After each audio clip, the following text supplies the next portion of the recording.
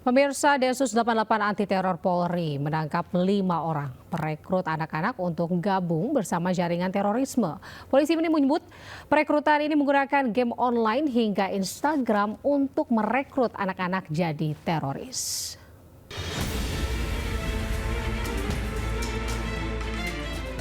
Data Semen Khusus Densus 88 Anti Teror Polri mengungkapkan kasus perekrutan anak-anak ke dalam kelompok terorisme. Sebanyak 5 orang berhasil ditangkap Densus 88 dan 1 diantaranya merupakan residivis. 5 tersangka ditangkap lewat 3 kali pengungkapan sejak akhir 2024 hingga November 2025. Dari hasil penyelidikan dan penyidikan, setahun ini benar bahwa telah ditemukan 3 perkara, yaitu perkara utama secara terpisah yang menggunakan modus rekrutmen anak dan pelajar dengan memanfaatkan ruang digital, termasuk diantaranya media sosial, game online, aplikasi perpesan instan, dan situs-situs tertutup.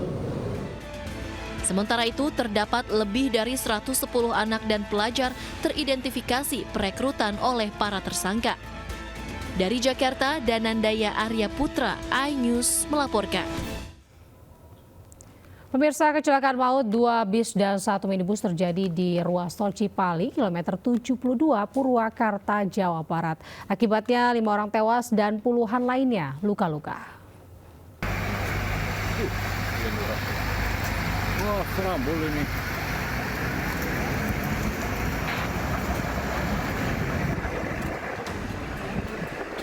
Kecelakaan maut yang melibatkan 2 bus dan 1 minibus terjadi di ruas tol Cipali kilometer 72 arah Jakarta Selasa dini hari.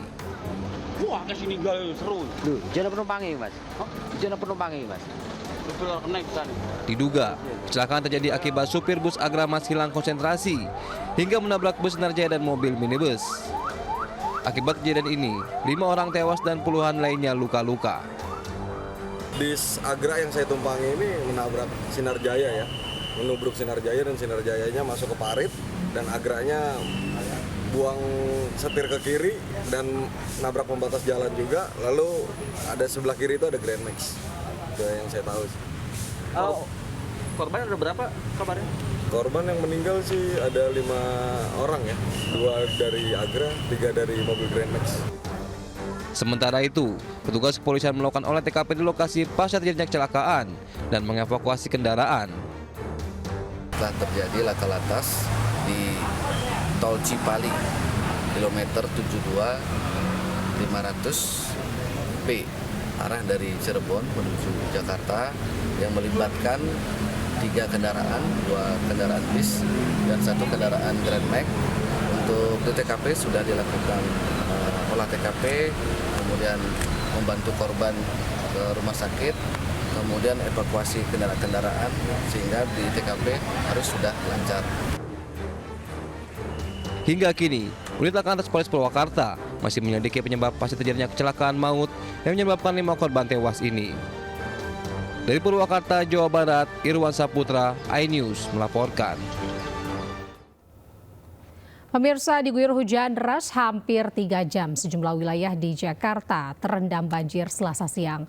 Banjir ini membuat sejumlah kendaraan mogok dan membuat aktivitas warga terganggu.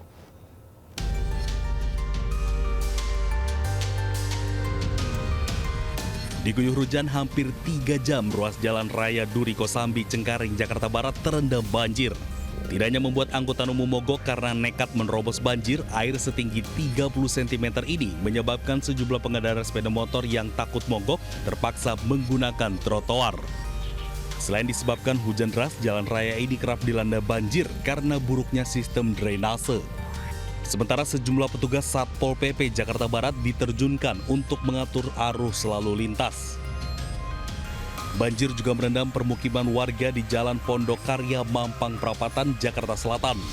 Banjir setinggi 40 hingga 60 cm membuat aktivitas warga terganggu. Petugas menyebut banjir akibat hujan deras dan meluapnya air dari Kali Mampang. Banjir setinggi 30 cm juga merendam Jalan Ciledug Raya Cipulir, Jakarta Selatan Selasa siang. Akibatnya, arus lalu lintas dari arah Kebayoran Lama menuju Cipulir terpantau padat merayap. Sejumlah pengendara yang nekat menerobos genangan air mengalami mati mesin atau mogok. Dari Jakarta, tim liputan iNews melaporkan. Sementara itu dilanda hujan lebih dari 3 jam, terowongan Halim di Jalan Raya DI Panjaitan, Jakarta Timur banjir. Ketinggian air yang mencapai 60 cm mengakibatkan kemacetan. Para pengemudi roda 4 dan roda 2 yang melintasi jalan tersebut harus mengurangi kecepatan.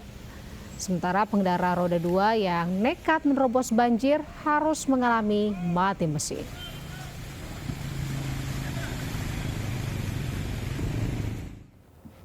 Banjir hingga setinggi 1 meter merendam perumahan Jati Bening Permai, Pondok Gede, Kota Bekasi, Jawa Barat. Sejumlah mesin pompa air dioperasikan guna menguras banjir serta perahu disiagakan untuk mengevakuasi warga.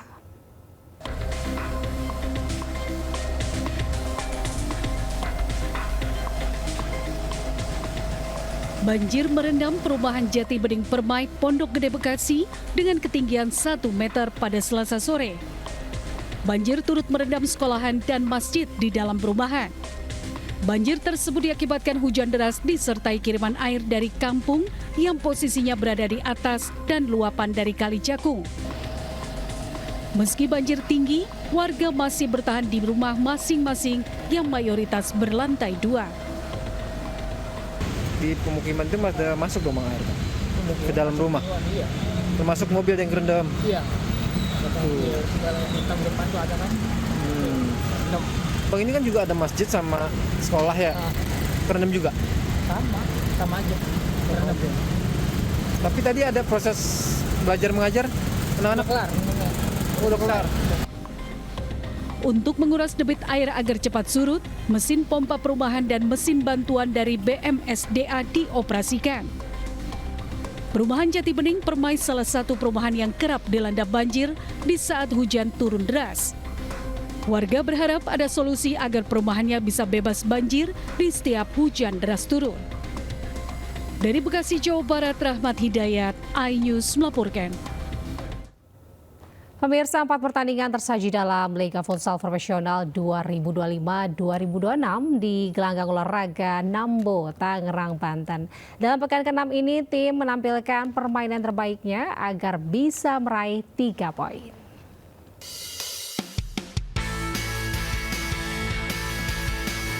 Unggul FC membuka pertandingan hari pertama pekan ke-6 Pro Futsal League 2025-2026 di gelanggang olahraga Nambo, Tangerang, Banten. Dengan performa impresif dan tampil dominan sejak laga awal, Unggul FC berhasil menaklukkan Asan FC dengan skor telak 10-1. Di pertandingan kedua mempertemukan laga sengit antara Black Steel FC melawan Cosmo JNE FC. Kedua tim ini bermain saling jual beli serangan sepanjang laga demi meraih poin sempurna. Hasilnya Black Steel FC mampu menyudahi pertandingan dengan kemenangan tipis 2-1. Kemenangan manis diraih tim Favage Banua FC atas Halus FC di pertandingan ketiga pekan ke-6.